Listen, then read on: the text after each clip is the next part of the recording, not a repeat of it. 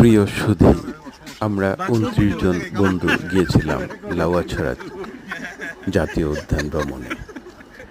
আমাদের আনন্দময় খোসালাপের কিছু অংশ আপনাদের জন্য তুলে ধরা হলো, দেখতে থাকুন। ধন্যবাদ।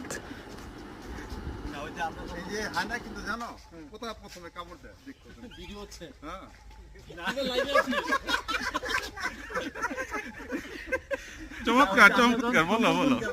যখন ওই যে ওই ঘাসের ভিতর দিয়ে গেছিলাম, মনে আছে? মানে কি শুনশান। আর ওই মামারা কি কয়, আমরা এত বছর চাকরি করি, মামার দেখা পাইলাম না।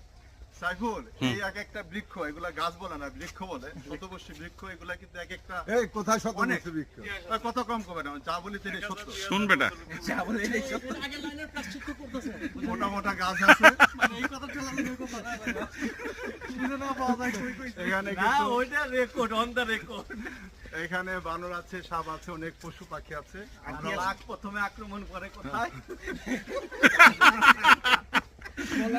আবার হাইনাও আক্রমণ করে। যাক, ভালো লাগলো আসলে, স্বল্প সময়। অসাধারণ অসাধারণ। লাউয়াছড়া জাতীয় উদ্যানে আমরা আসলাম এবং ঐতিহাসিক যে স্থান, এখানে হলিউডের যে একটি বিখ্যাত ছবি অ্যারাউন্ড দ্য ওয়ার্ল্ড ছবিটি এখানে মুক্তি পেয়েছিল, সেই রেল লাইনের ধারে কিন্তু আমরা গিয়েছিলাম এবং হুমায়ুন আহমেদের আমার আছে জল, সেই ঐতিহাসিক একটি অসাধারণ একটি ছবি এখানে কিন্তু শুটিং হয়েছিল।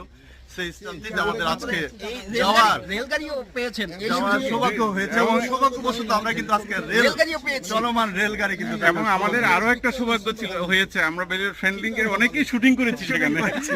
সেটি একটা আসলে একটা স্মরণীয় ঐতিহাসিক অবশ্যই আজকে খুবই চমৎকার লেগেছে। হ্যাঁ, রাইট। বান্দর হুলমান